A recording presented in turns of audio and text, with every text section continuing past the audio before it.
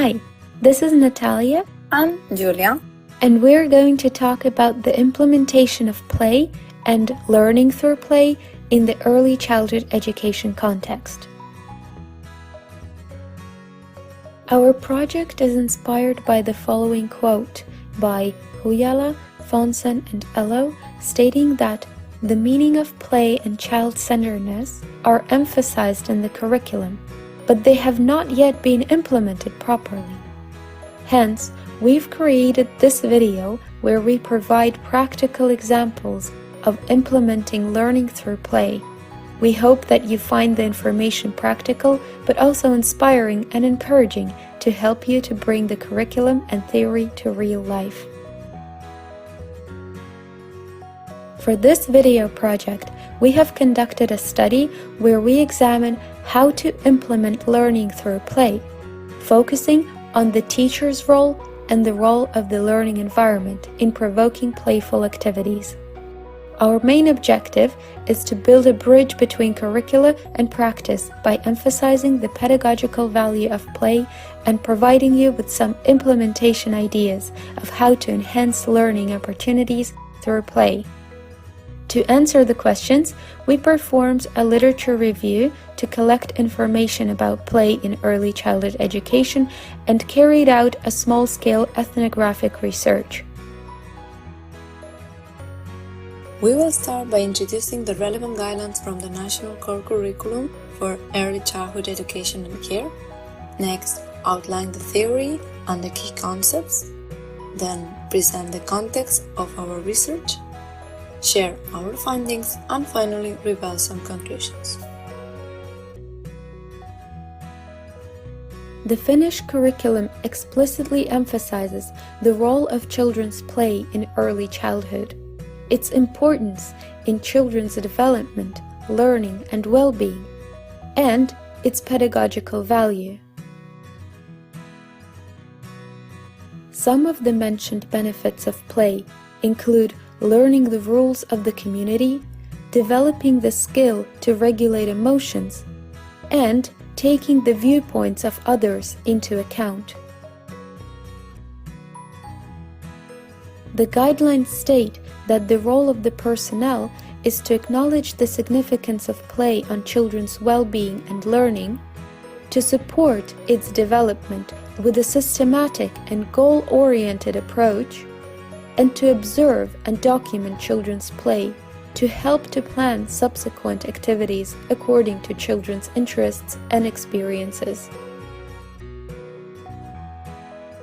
The role of the learning environment in play, according to the curriculum, is to provide flexibility needed for the play, as well as appropriate time, peace, space, toys and other materials for the children to sustain their games and play. As we see, play is emphasized in the Finnish core curriculum, but in order to successfully implement it, we must first understand what exactly is meant by play. We will first talk about each of the key concepts in order and provide findings from both literature review and our own small-scale research. Most importantly, we will give practical examples of implementing learning through play to help to build the bridge between theory and practice.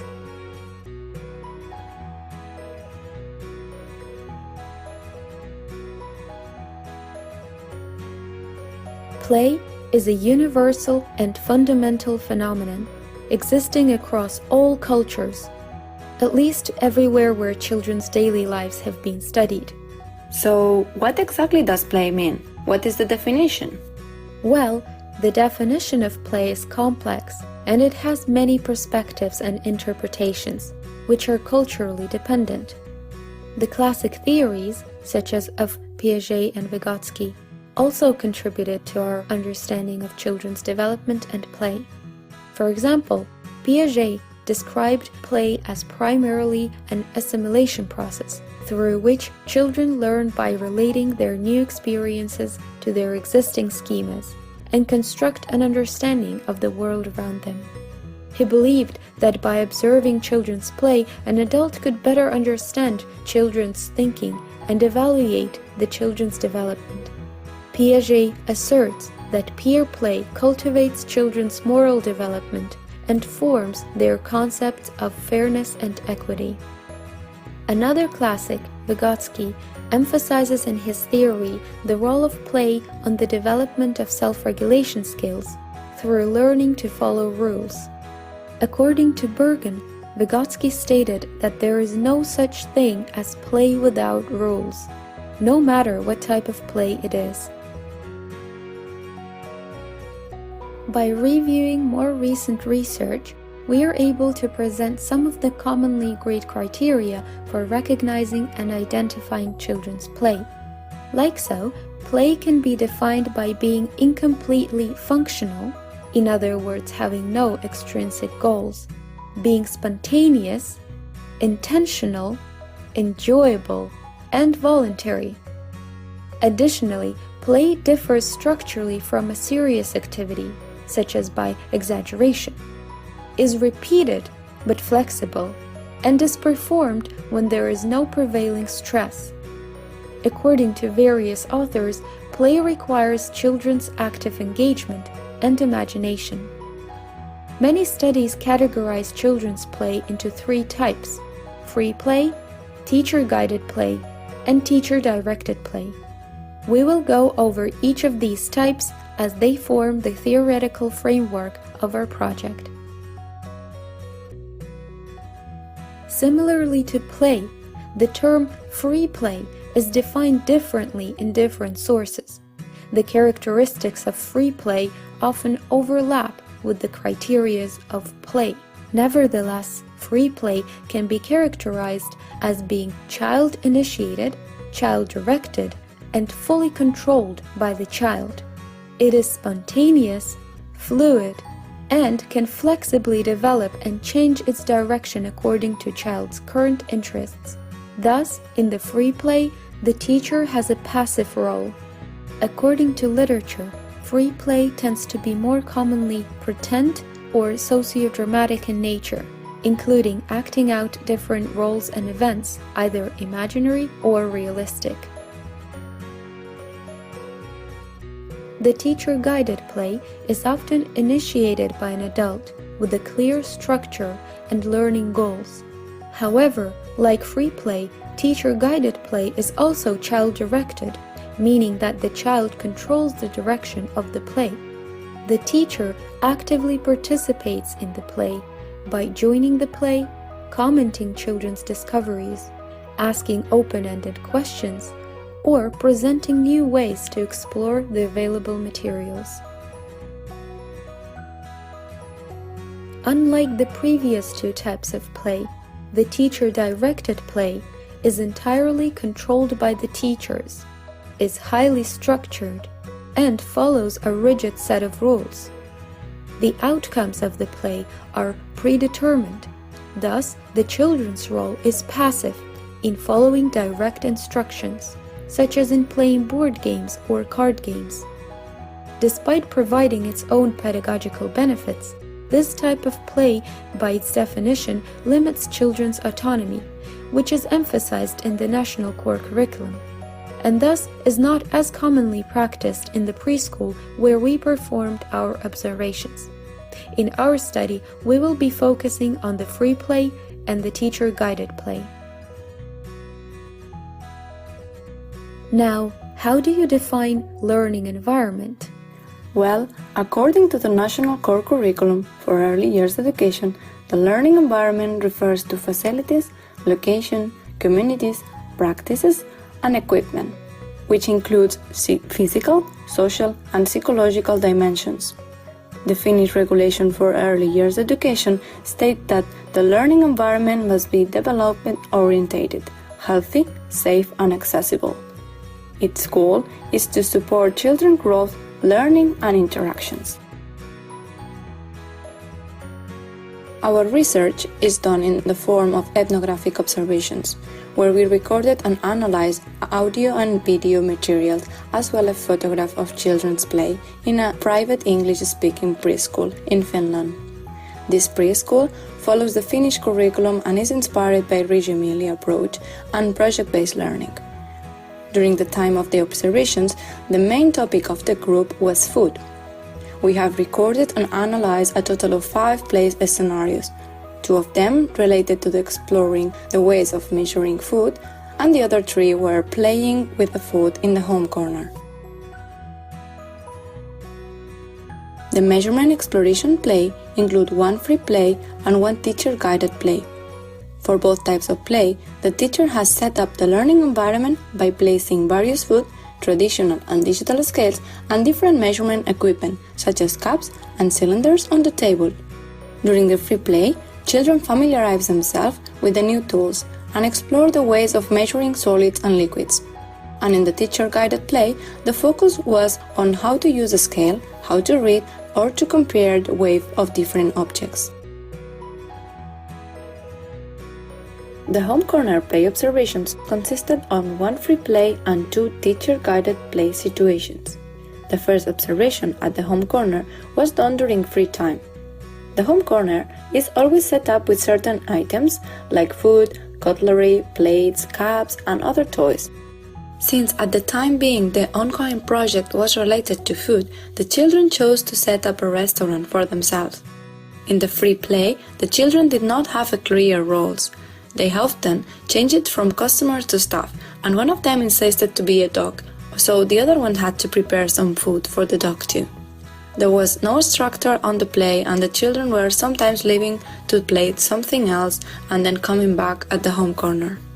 The interactions were fluent and everyone was included in the play. The second observation was an spontaneous invitation to the home corner restaurant. The children had set up the table and prepared different foods for the 2 teachers. One of the children was mainly the chef and the other 3 were the waiters. The play was not prepared nor planned in advance. However, the teachers used the opportunity to introduce vocabulary and language structures, ask questions to encourage the children to describe a food and their roles in the restaurant, and clarify some misconceptions that came up. Finally, they also introduced the idea of putting a price on the meals to play with the numbers. For the last observation of the home corner play, the teacher asked the children to plan a healthy menu by taking into account previous project work activities related to the food pyramid and the effect of each food on different parts of the body. Some children suddenly requested to use the scale and started weighing the food before putting in the pot, as if they were following a specific recipe.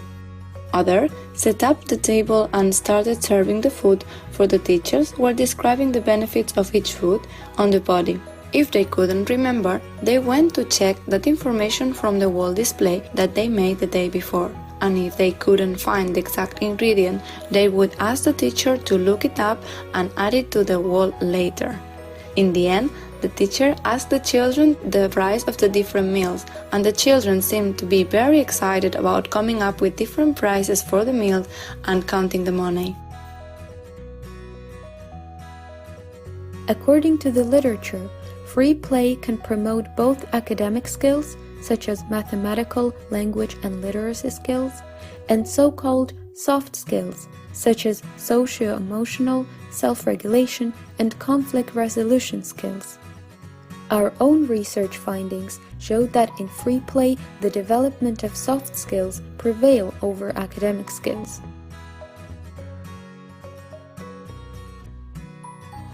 Can I have the spoon now to put the coffee? Yes, now is your turn. The original recordings are voiced over by us, and all names are changed to protect the anonymity of the children and the preschool personnel who took part in our study.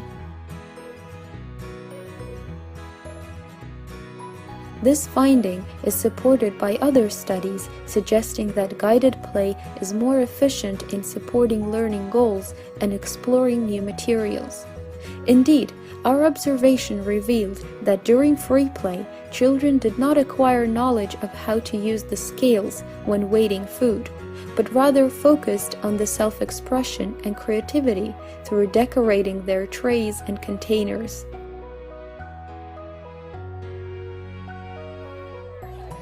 Let's add some Halloween toppings. Wow, and the sugar looks like glitter. Look, it's shiny.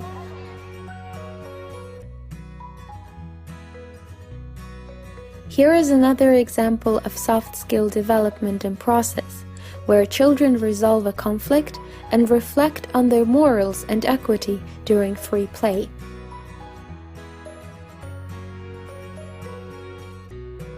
Everyone can drink from anywhere they want. This is mine. No, this is common. Everyone can drink from anywhere except for Alex. No. Because... Okay, everyone can drink from wherever they want.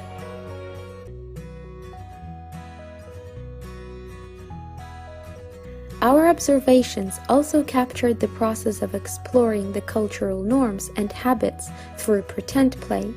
For instance, in the food corner play, one child played the role of an adult, while the other two children acted out accordingly to a familiar scenario of eating a meal together at the preschool.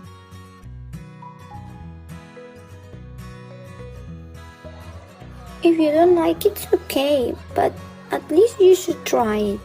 Okay. Can I have more milk, please? The use of free play in detecting children's interests was revealed in our findings as well. In our case, we have noticed that children like to include pets in their play, either by role-playing as one or by carrying toy pets. This is a useful information for planning future projects, plays, and other activities. As we previously stated in the theory, free play is often associated with having no clear structure or learning goals. However, we suggest that the free play should also have clear learning goals, for example, consisting of the intentions to develop the above-mentioned soft skills. Thus, we recommend the teachers to take this into account when planning free play settings, groups, and materials. Regarding the teacher-guided play, we can highlight mainly 4 different aspects. The first one is that it allows to supervise and guide the interaction between children. For example, we will know, do they work cooperatively? What kind of role they like to imitate? Is someone leading the play? It's always the same person, the same child leading the play. The second one is that it allows to provoke situations that promote learning opportunities, such as introducing new vocabulary and helping to build connections with previous knowledge.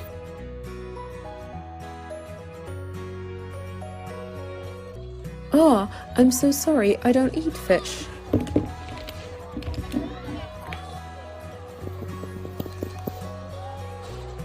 Yes, now you gave me vegetarian. Good job. So, you don't like meat? Yeah, I'm vegetarian. That means I don't eat meat or fish.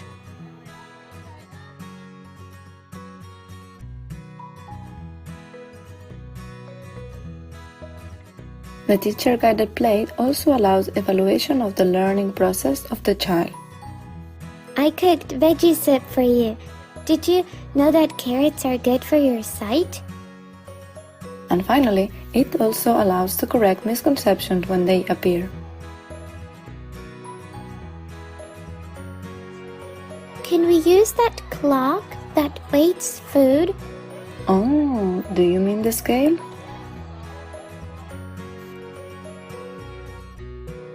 Next, let's look at the findings concerning the role of learning environment in children's play. After reviewing quite a lot of literature, we can ensure and support the idea that the learning environment or classroom plays a key role in children's development. But why is the environment considered a third teacher in the Reggio Emilia approach? For those unfamiliar with Reggio Emilia approach, these words from Loris Malaguzzi highlight one of the guiding principles, and that is the environmental setup or the space that the children inhabit, which is recognized as playing an active and integral role to making learning meaningful. The influence of physical space on human activity has been studied from both psychological and physical perspectives. The field of the environmental psychology explores such topics as place attachment, psychology comfort with the space, and the motivational and inspirational effects of the space. And those who study the space from the physical viewpoint emphasize the effect on the activity of light, temperature, and physical closeness.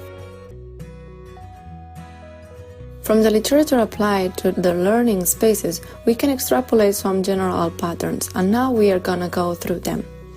First of all, we will pay attention that the design and use of the space should encourage encounters. The configuration and conceptualization of the space should work to invite or facilitate communicative interactions and dynamic relationships. But how can we do that? For that, there is an underlying importance in the design and organization of the space. That's why now we will go through spatial organization, aesthetic and comfort, and materials.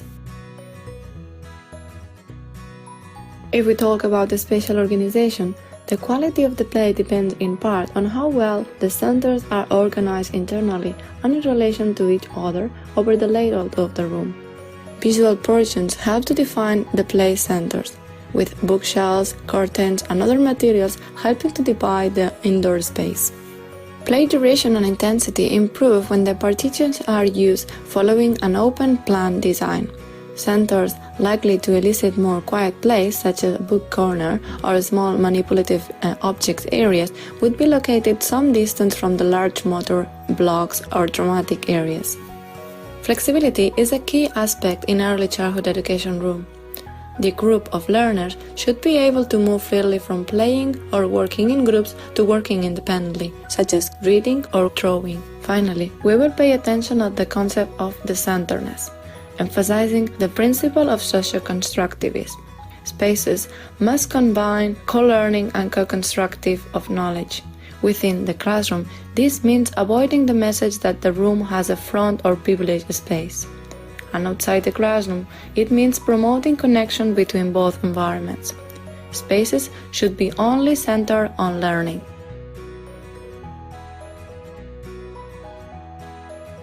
The aesthetic and comfort is another aspect that, according to our literature review findings, greatly contributes to the quality of learning environment, and thus it should be carefully designed.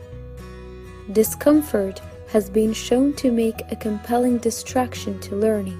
For example, using child-sized furniture can help children build self-confidence and become more independent, which is important for their overall growth and development.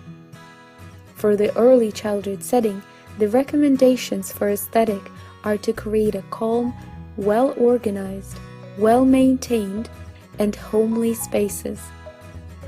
Finding the right balance of color, decoration, and furniture to create a calming environment for children isn't as easy as it sounds. Early childhood classrooms usually have a variety of primary colors on their walls, which can be distracting for many children. According to research, children's ability to focus depends on the visual environment. If your classroom has too much visual clutter, the space will become visually chaotic and will likely result in distractions and less attention to the play and other activities, reducing learning opportunities. This, of course, does not imply removing all decorations from the room, but recommends making the space less visually chaotic by, for example, replacing splashes of bright color with more natural colors, or by placing larger items with less small details on the walls for those rooms which are allocated to relaxing or focused activities. Materiality has even been understood more or less explicitly as active pedagogy itself in Reggio Emilia approach, as it was as well in the Montessori pedagogy. Teachers' criteria in setting up the environment for play involve balance and variety of types of play opportunities, with a special attention given to promoting collaboration, language use, hands-on sensory experience, and creative expression. A common practice is to put playthings and materials out on the tables, but this needs to be carefully thought. A practical recommendation could be to include them having a balance, such as complex versus simple, open-ended and closed-ended.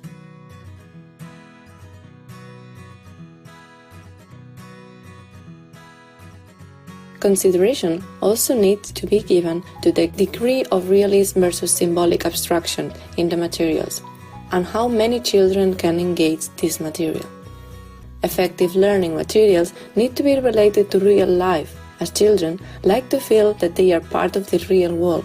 This means using as much as possible actual items, authentic and nature-inspired, since children cannot get the sense of weight and heaviness, texture, careful handling, and so on with a plastic toy. It is vital that the play resources and the materials are located in such a way that the children can make a free choice. At times, children might like to bring objects from one corner to another one to create their space for their own purpose of play. Quite often, a clearly level equipment helps promoting self-regulation and choice, ensuring children know where everything belongs and ensuring they relocate it in the right place. This will promote a far more effective environment for developing children confidence, self-efficacy, and security. Finally, it's always important to keep in mind the safety of the materials and the play environment. But don't forget that if the environment is designed to eliminate all risk, not allowing access to breakable items or physical challenge, how can children learn to exercise self-control and become aware of their actions? Children can be supported to develop relationships with materials that call upon them to be mindful and respectful when they are given the opportunity to learn to be responsible of their own safety and care about the environment. Based on the literature review and our findings, we can say that it's very important for the teacher's role to discern how to support and scaffold play. Some of the most important aspects to take into account are: to observe and take notes of the children play. We would need to take notes, for example, of interactions, interests, conflicts. Setting up the environment. Every corner and every space should have a purpose and should be reached in potential to engage learning. Also, provide materials that provoke learning opportunities. Materiality has even been understood more or less explicitly as active pedagogue itself by Reggio Emilia approach and also Montessori approach preceding it. Guide the play by commenting and participating in the discussions. Teachers' interaction or lack of interaction are key for helping the children with their play. And finally, possible conflict resolution, assisting children when conflicts happen during the play.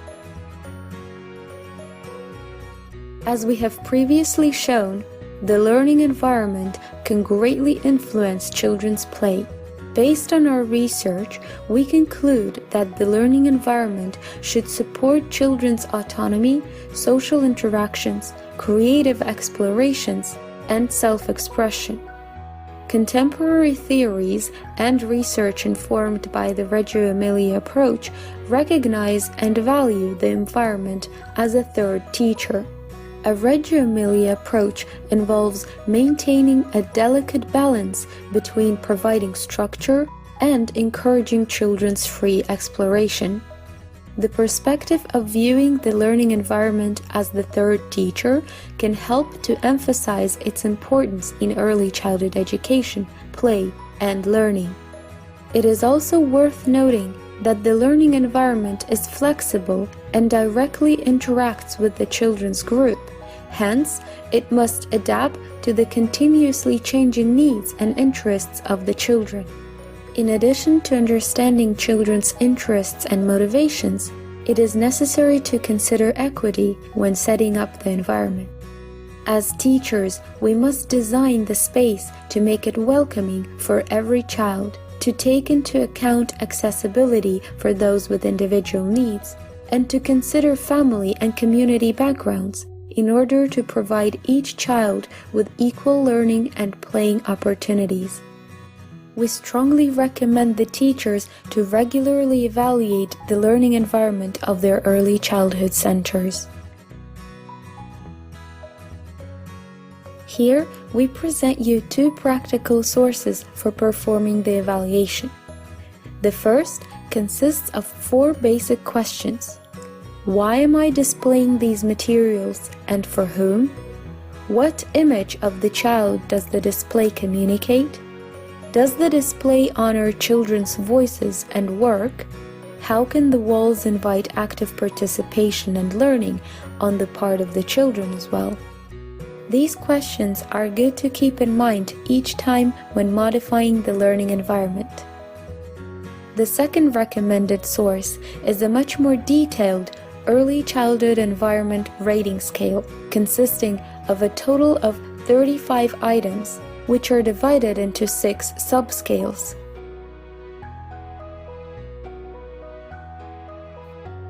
Space and furnishing, personal care routines, language and literacy, learning activities, and interaction and program structure. The purpose of the scale is to reveal possible areas of improvement for enhancing the quality of early childhood education environment from various perspectives. Feel free to pause the video or take a picture of it to examine the items of the scale in more detail. In conclusion, children's play is always accompanied by learning, which is supported by both the literature review and our own observations. Through play, children show their competence and understanding of the world around them and learn as well as practice various skills. This helps the teachers to understand children's interests and evaluate their learning process to plan subsequent activities. As the teachers, we must maintain a delicate balance between providing structure and encouraging children's free exploration. We must plan and set up a welcoming and rich learning environment, enable children to benefit from different types of play, and be at all times present to observe, guide, and support a child's development by ensuring equal and joyful learning opportunities for each child.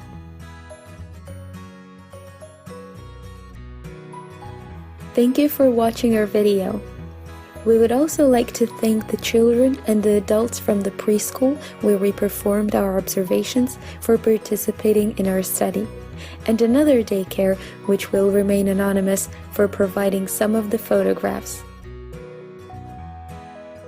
You can find all of our used sources on each of the slides and here in the reference list.